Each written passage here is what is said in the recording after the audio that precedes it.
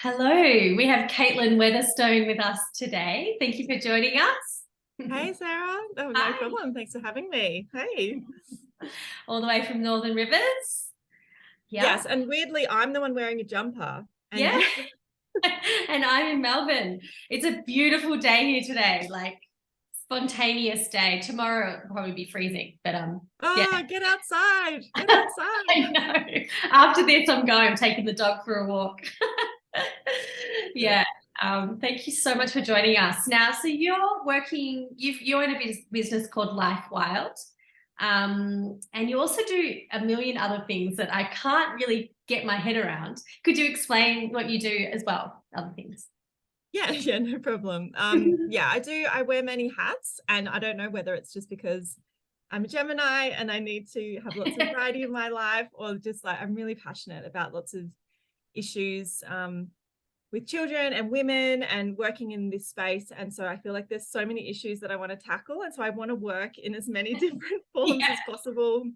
And, in my work with women and children with workshops, especially around nature, I feel there's just so much to tackle just in that. So a lot of my work revolves around teaching people about nature. And my background is in wildlife ecology. My actual bread and butter job during the week is working as an ecologist for local government. So my role in that sort of area, I manage projects and manage tree planting projects, and I try to conserve the koala in the Northern Rivers, a cute little marsupial. Yeah. So that's my normal job.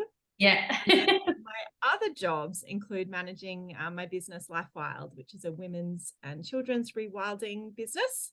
Running lots of workshops and trying to get education out there about how good nature is for people and connecting with nature. Awesome. And then I also do lots of mentoring work in the kids space as well. So I mentor to varying organizations and businesses and do workshops for kids, have bush schools, offer my services as a mentor, either one-on-one or with groups of children. Awesome. Yeah, so it sort of goes between science, education, psychology. Yeah, all of those things really, really fascinate me. And I love trying to combine them into one or a few jobs that keep me really busy and doing what I love. Great. Yeah. And what kind of age group do you work with usually? The younger ones. So lately it's been more 3-year-olds to 9-year-olds. I used to run a little 3 to 6-year-old group through a group called Weatherstone. We had a little bush school, and I had the littlies, which was such a joy. It was just so fun. Yeah. And then going into the bigger group every now and then, the 6 to 9-year-olds, it was always like, oh my gosh, like they're so big. Yeah. Yeah. They really tell you what they think. And they are so much more active, and they you have to really run, to keep up with them. And I'm like, oh, I think I prefer the little ones. Yeah. Yeah. We just get to sing songs and just climb trees and just play. Yeah, for sure. Yeah, it's very big. Yeah, it's such a big difference between when you get to primary school and then preschool. That's it. And I don't have, classical educational qualifications behind me. I think I did half of the diploma of education that you can whack onto your science degree. Yeah, okay. I did half of it, and I was just like, this is horrible, the way that the things that I had to do in that degree. I was like, oh, take me back to science. But yeah, a lot of my experience with children has just come from nannying and babysitting since I was about 12 years old. I've just always wanted to look after children, and looked after lots of my mum's friends' children when I was really little. Yeah. And relying on babysitting and relying on nannying in my early 20s. And now being able to work as a nature mentor, help kids connect with the bush, get outside, learn about the wildlife. And just feel comfortable in the bush in their own skin, basically. Yeah, gorgeous. Yeah, gorgeous. So that kind of leads me into my next question, actually. Why is nature so good for us and so good for little kids, Oh, humans. nature is so good for humans. We belong there. And like we truly do. So we're Yeah. human animals. We're human animals. We're mammals, just like the flying foxes and the koalas. We're mammals. And we definitely belong there. So a lot of scientific studies can back that up, in that when humans walk into a forest or a green space, our respiration rate immediately drops, our heart rate immediately slows down. We have improved cognition, improved memory. We have improved abilities in our body, like coordination and movement. That like leads to our muscles and other parts of our bodies, that everything just sort of, there's this level of calmness as well. And it's because our ancestors, of course, evolved from the forest. So our ancestry goes back a million years. But the early humans about 300,000 years. And we've only lived in houses very, very, very recently in time. Drop in the ocean, really. And so these four walls are very, very foreign to us, and lately have been very foreign to me. And I would rather be outside with the kids right now, but it's lovely we can connect on the computer, and there's definitely benefits to the technology, but it's like, come on, let's get outside. It's way better for us to connect in that way, to not be having the Wi-Fi and the blue lights and all in moderation. That's right. And nature's set up perfectly for that for us. And depending, of course, on your ancestry. So my Celtic ancestry would have seen me, in very cold climate. And now basically I live in the tropics and subtropics. And so my skin is not very suited to this region. But the local people here, and I just like to acknowledge that I am on Bundjalung country.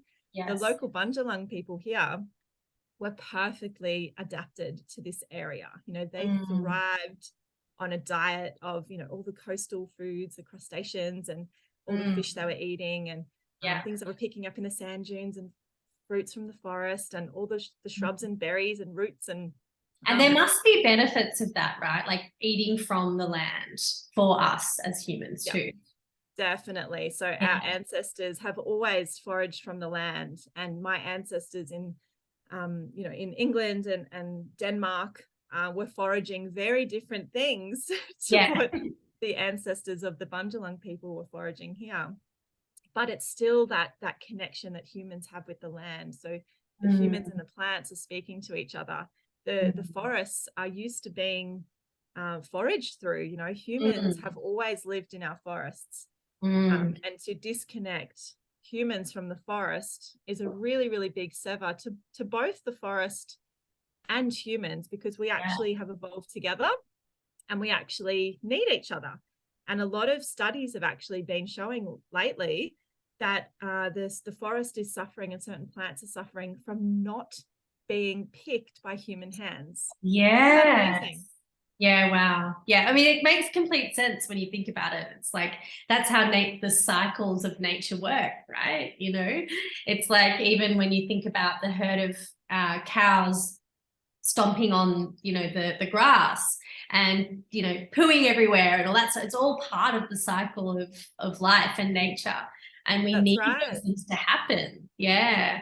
And so since we've taken the humans off the land, and especially in an Australian context, on a large scale, we have completely destroyed the native people's connection to the land, that is now being rebuilt, but on a very small scale. It needs to happen more, but faster. On a very small scale, we're connecting humans back with the land. And even though I'm not from this land, I was born here, but I feel this real duty to this land and to the people here that have lived here for thousands of years, their ancestors, to reconnect humans with the land, so that the land can thrive, and so that us as people can thrive, and the children can thrive. There's so many obstacles to that in our modern world. Yeah. Talking about four walls, you know, and technology. Yes. There's so many Exactly. obstacles to that. Yeah. And, you know, the most simple thing that we can do for our health and for the health of our children, it's so simple and it's so And it's cliche. free, right? And it's free. Yeah. It's just, it's literally Yeah. just go outside. Just And walk outside. I've seen radical transformations happening in children that haven't had a lot of outdoor time and, you know, spending time with them in nature. So Beautiful. it's so Yeah. healing. And I even know, like, when I'm nannying as well, I know if I'm with a baby or any sort of aged child, if they're having a bit of a big feeling moment, I'm like, let's pick them up, hold them close and walk outside and, you know, watch the wind in the trees or touch nature, touch a tree, play with some flowers. It immediately calms their nervous system down. That's right. And our amazing. children are so sensory. They've got this real sensory system that it's just so easy to tap into. And as adults, you know, we've lost a lot of that. Yeah. And if you can just get them in a calm space and do the, you know, go through your five senses, like, what can you see? What can you hear? What can you taste? What can you smell? You know, what can you touch? Just getting those sensory things, and our body is very tuned to that in the natural world. Yeah. And, you know, when I say the natural world, it could literally just be your backyard, you know? Yeah. Yeah. You don't have to find. You don't have to live on a land or like, hey. You don't have to go very far. You know, Yeah. you just find a dandelion in a crack of Yeah. your path, you know? Exactly. Yeah. There will be a bee on that, you know, little dandelion. Like, Yeah. you don't have to go anywhere crazy. You just literally have to walk outside those four walls and into your backyard and just really get them tuned into that sensory. I love just like, oh, can you hear the birds? Yeah. You know? Oh, what can you hear? And then mimicking the birds. And, you know, there's this whole thing around just that one sense of, you know, what can you hear? That you can springboard off, especially like depending on the age of the child, but even with really small babies. Oh, where's the bird? What was that? They are so attuned. Yeah, they are. Yeah, totally. And it's because their ancestry, like all of our ancestors, had to be so aware of what was around us. So, you know, for us, Celtic blood, we grew up with lions and like saber-toothed tigers in Eurasia, you know, really big, large predators. And our ancestors really had to be attuned to the sounds, the sights, that, you know, what we can feel, what we can taste, what we can smell. Because it was life or death. Yeah. And So we're still so attuned. That, right? Kids feel they're so sensory, as you say, and their energy is a lot lighter than adults, and you know, they don't have the weight of what we have sometimes on our shoulders, and they're just there, they're you know, present, and they can feel anything that's coming in and around them. That's right. And then, you know, we as sort of the parent or the caregiver, the mentor, we're actually putting the judgment on that sensory experience. So they might be experiencing, you know, if they hear a bird call, for example, and if somebody, you know, was to sort of maybe not like birds or just not know what that was particularly, or be frightened of that, they might, you know, tell the child, oh, you know, that's scary, we need to go inside, or oh, that's, you know, that bird's going to chase you or it's going to swoop you. Like we were told about magpies, like my whole childhood. Watch out for magpies, you know, and now I'm like petrified every time I hear a thing. So children are having these sensory experiences, whether we know it or not. You know, they're always learning, whether we are instigating that or not. And it's just that judgment that we put on top of that, whether that will be, you know, a good positive experience or something that they might hear. Hopefully it's positive. Like fear is, I just want to speak to fear, because that's one of the biggest things I think that stops especially parents and caregivers leaving, you know, full reign, like, oh yeah, just go out in the backyard or just go run on the beach. There's a lot of fear around the natural world, and a lot of fear because we can't control it, you know. We can't control if there's going to be a snake on the path. We can't control if a bird is going to swoop, you know. Yeah, yeah. We can't control, you know, if there's uneven ground and the child trips over, you know. So there's a real art to the caregiver, mentor, parent to actually let that child really have this sensory experience in nature without feeling that sense of the four walls. And then ironically, it actually produces much more, you know, coordinated, aware, resilient children. Totally. The longer they're spent, you know, nature. Times that are unsupervised in nature, particularly, or you know, semi supervised. Yeah. Because the child has that sense of independence and sovereignty, and they have to do it themselves. And how am I going to get down from this tree that I've climbed up? And like, you know,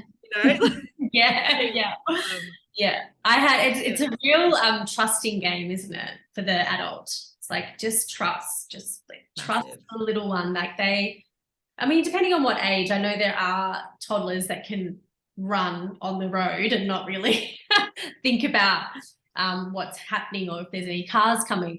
But I feel like if they're in an open area, you can see what they're doing, you can see how they're exploring.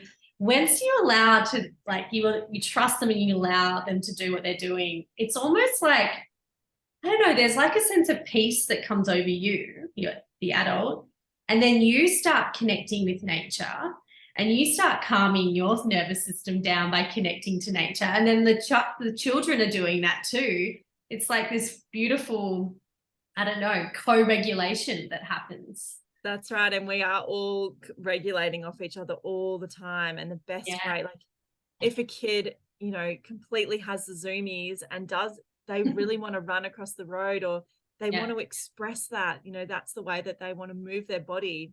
It's like, okay, where can I put them somewhere where they're going to be able to do that safely? Okay, let's go to a park and just let them just run. If that's what they want to do, let them like go somewhere in a safe space, and you can, you know, facilitate that.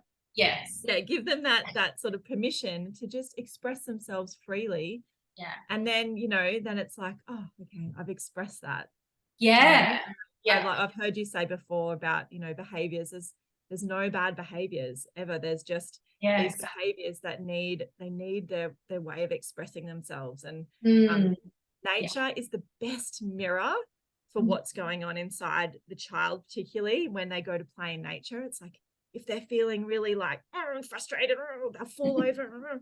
But when they're a bit more confident in themselves, they're like, you know, they got this. Yeah. Their little confidence grow, and you know, but when they're really grumpy and they need to sleep and they want to cuddle, you know, they'll be falling over a lot and tumbling over their own body and crashing into things. And so they're so expressive. And I love how they can, if they can't express with words, they can express exactly sort of where they need to be, like in the sensory space to us, just with their bodies. By playing or expressing through their bodies with nature. Yeah, exactly. And I do, I'm going back to that, like, there's no bad kids. I really try and reiterate that a lot in the work that I do, because really, like, we need to look, you know, beyond that behavior or underneath what's happening, underneath the behavior. And a lot of the time it's dysregulation. It's like, oh, I haven't eaten well, I haven't slept well, you know, all that sort of stuff. And then I think in those moments for me, I really go, okay, well, let's, you know, maybe you need a hug, or you need to be close to someone that you trust. But generally it's like, let's go for a walk, you know. Oh my God. Let's get outside, you know, we've been stuck inside all day. These four walls are around us. Let's get out. And it always and see what comes out. That's right. Because nature can always, you know, mirror, and especially, you know, using nature as a mentor and a storyteller as well is so important. Like if the child is going through something in particular, and, you know, maybe you come across an injured bird or something, you know, a snake's been run over on the road or something, and the child's having a rough time, and you can sort of use that animal as a way to teach them about compassion, or maybe having compassion for themselves or compassion for another. And, oh, look, this bird is hurt, or the snake is hurt. Like, what can we do? And, you know, I love using animals with the children as a way to sort of teach them about certain behaviors and value Mm. systems that we have. Almost like the life cycle of us. Yeah, it's such a good teacher. Nature Mm. is way better just than like any story you could tell, in a classroom. Yes. Going out in nature and having this unpredictable experience, because you don't know what's going to happen Mm. out there. Like some days you might see a wallaby, or you might see, you never know what you're going to find. And Yes. it's always a learning opportunity. Mm. Whether you think of it as that or not, the child is always going to be taking that as a learning opportunity, and Definitely. integrating that themselves. Yeah, even if they don't, you might not even talk about it, but they're still going to be really taking that on board. And Observing, witnessing, yeah, or and they modeling can something.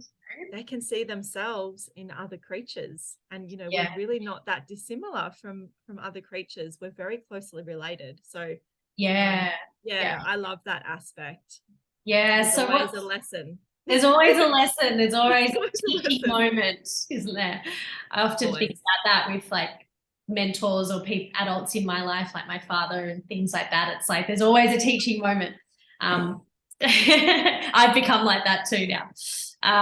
And so, what are some things that you would do with, let's say, like 3 or 5 year olds, or when you take them out into nature? Yeah. So a lot of my inspiration comes from a book actually called Coyote Mentoring. Mhm. And it's from a man called John Young. He does a lot of rewilding sort of stuff. He's got a rewilding school over in America. Cool. And Coyote Mentoring is a great book. Everyone needs to read that who cares for children or who wants to connect with nature in a really Yes. cool way. And it's the classic. Tom Brown Jr. also spoke about this as well. He's got the book called The Grandfather. Okay. Is the sit spot, the simple sit spot. And it's one of my favorite activities to do with children, and something we used to do quite often with the Wild Song children when we had our bush camp set up at the beach. And depending on so this is age dependent, how sort of deep you go with it, but it's really great for adults as well. Yeah. They get more of an advanced version of it. Yeah. But for the kids, Yeah. basically a sit spot is a meditation where you just sit in a spot in nature and you are experiencing what is going on external to you, and you're experiencing and having awareness of that experience of what is going on internally as well. And so outside of your body, you might be seeing birds flitting around and birds giving off like warning calls, and a snake might slither past, and maybe on the inside you're feeling like a lot of tension, anxiety in your throat, or you might be feeling lots of things stirring in your body. And then there might be lots of things stirring in the outside world as well. And quite often you can see the connection that you have to the creatures around you, and the environment that you're in. And with the children, and if you've got a group of children, or you can just do it with one child as well, age dependent, we tell the kids, okay, today we're going to get the nature news. We're going to find out what's going on out there in nature. We're going to come back and we're going to tell our friends what's the nature news today. If we were going to write it in a newspaper, what's going on today out there? So we'll be sitting in the sand dunes, or in the forest, or at the beach or something with the kids. And for the younger group, we'll all stay together in one little spot. And it's an invitation to sit in silence, which is obviously a very difficult thing to do just on its own. So that's a really big deal. It's like, okay, we're gonna let's listen to the birds, and you might encourage some quiet sort of listening, or what can you hear? Can you hear the waves in the ocean? And then inviting them to, what can you see? And getting little pieces. And for some children that might only last a few seconds, and that's totally fine. It's not about forcing anybody to sit there, and it's not about forcing. This is about putting in just little drops into their little awesome sponge brains of like, awareness. So they're getting their awareness. And it's amazing to see over the weeks how much that sit can improve. You know, every time you go, okay, let's go get the nature news. Yeah. The child might not want to sit, and that is completely okay as well. We'll go to a tree. We'll be like, oh, what's happening with this tree? What's the tree telling us? You know, and you might go and find a little bug on the tree. Where's that bug going? Yeah. Yeah. And then you're sort of getting these little snippets of what's happening out there in the world. And for the older kids, you can tell them to go and choose a little tree they might want to sit in, or like a little nook they want to sit in. And so you can see everybody, but they're a little bit spread apart from each other. Yeah. Give them like 5 minutes tops, and just let them go and sit. And then they, you know, you call them back in. Yeah. Or littlies, you bring them back in. You're like, okay, what's the nature news today? And you leave opportunity for storytelling. And, you know, you hear some great ones. Children are like so excited to tell you that this bug flew across in front of them, or, you know, so like, okay, like that's not exciting, but it is the most exciting thing that's ever happened, you know? Yeah. Yeah. Yeah. So it's really getting in this, like, they're aware of every little insect and every little, you know, breeze in the trees, and what's flowering, you know, what bird is visiting this flower, and what's the weather, you know, is there a breeze, like what's the temperature, like it's just getting them to connect in with that sensory, the 5 senses that we were talking about before, and really having a full experience of their bodies and a full experience of what's happening around them. Because a big problem in our modern society is that we are so disconnected from this, because, you know, everything is being shoved in our faces to distract us from this. So it really just helps to embody, tune in. You know, don't use the word meditation, but that's what it is. Yes. Yeah. I was going to say, do you call it sit spot with the kids? We call it get the nature news. Yeah, the nature news. When they're older, we can call it a sit spot, like over 10. But for primary school age children, I would suggest just saying, let's go get the nature news. So it's not like, oh, I have to go and meditate, or I have to sit, because it's not about, and it's not about being quiet necessarily. It's just about observing and having a level of awareness. And for some kids that might last 10 seconds, and others, you know, can do it for 20 minutes, and they'll just sit there and be like looking at everything, you know? And so building that sort of resilience of, you know, maybe you do get bored, you know, they might be sitting there like nothing's happening. Let them get bored. Like, totally need to be bored. Boredom breeds, you know, breeds creativity, and completely does. Spontaneity, and it completely does. And just this one little practice, and I've been practicing it a lot in my adult life as well. And sit spots is one of the most powerful nature connection tools that I've found to be beneficial for me in my life, and helping me with my mental health and my resilience, my ability to sort of deal with stressors. It's been massive. And then watching the children doing the same thing, going out to get the nature news, and them coming back and, you know, just being so curious about the natural world. Like, oh, I saw this thing and I don't know what it is. But they're like, great, let's go and investigate that together. Let's talk about it. You don't give them all the answers. You just say, that's amazing. Let's go and have a look at it, and we'll see, you know, oh, it's yellow and red and it's doing this. And like, what do you think it is? What do you think it's doing? You don't tell them the answer.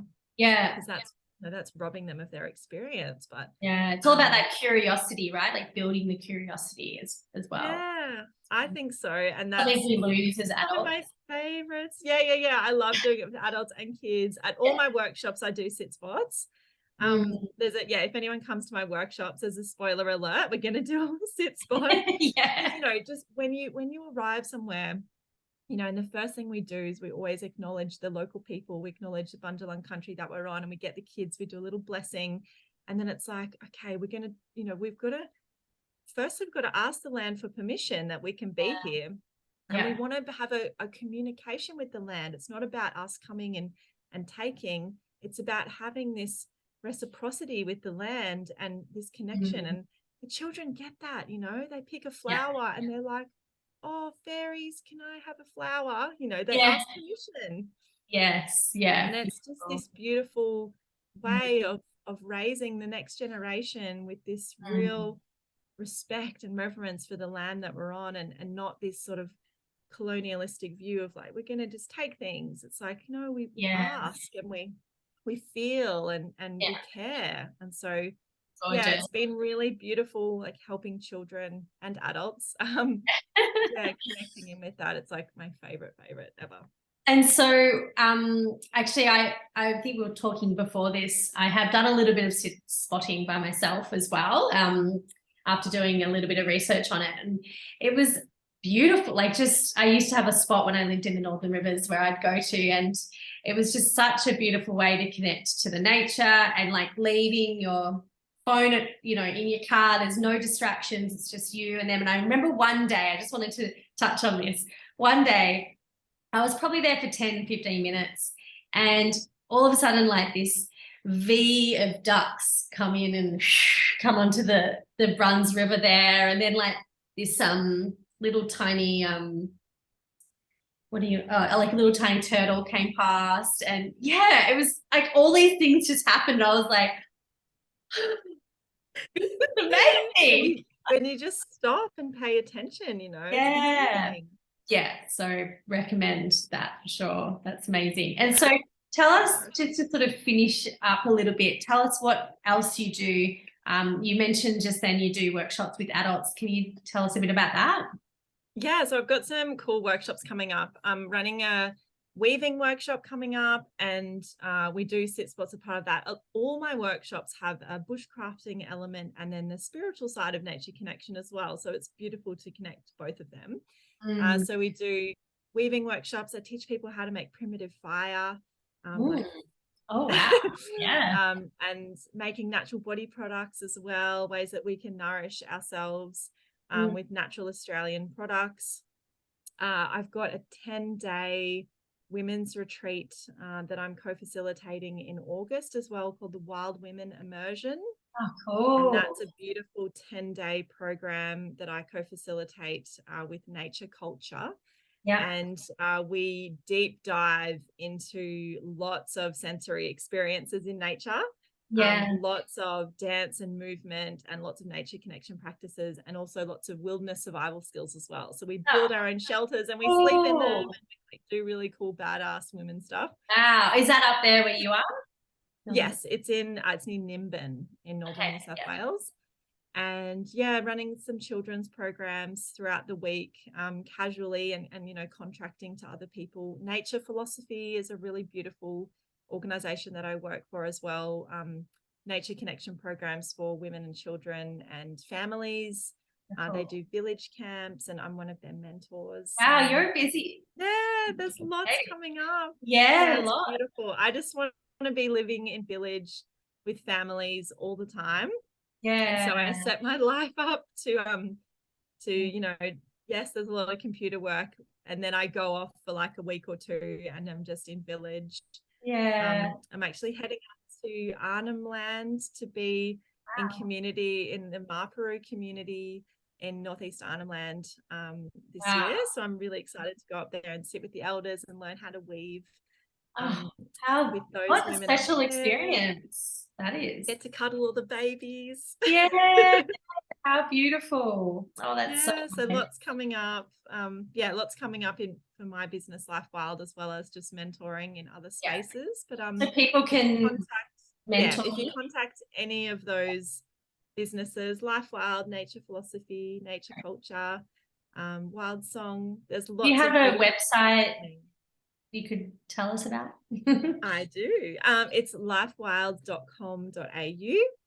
And I am Wild Search, one word, Wild Search on Instagram if you want to follow along little adventures as well. But if you've got children in the Northern Rivers, or family, or you're a woman who wants to connect with nature, there's lots happening in the Northern Rivers. Connect with you.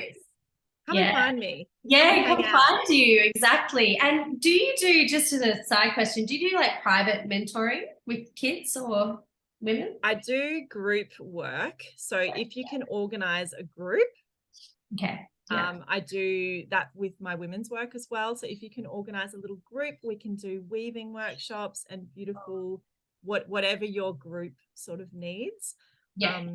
I'm helping another family sort of set up a little pod, a little bush school, little style play group, just so if you have a little group, you can contact me and we can chat about varying things. There's lots of mentors in the Northern Rivers as well, just like myself, who sort of, just so passionate about taking children out in nature and, just providing these really safe spaces for them to be able to express themselves. So yeah, that's great. Oh, thank you so much, Caitlin, for joining us and sharing, your magic with us. I mean, we could have kept talking for ages, but there's so much to say. Maybe we'll have a part 2. There's lots to say. I'll come with a different activity next time. I'll think of maybe I'll tell a story. Oh yeah, great. Yeah, let's do that. I look forward to that. Conversation flowing. Yeah, and we have to go hiking when you come up here next. Oh yeah. Oh, like us two whilst we're filming? Yes. Okay, great. Yes. All right, part 2. Part 2 is coming up, everyone. Thank you, darling Caitlin. We will speak soon. Thanks, gorgeous. Bye.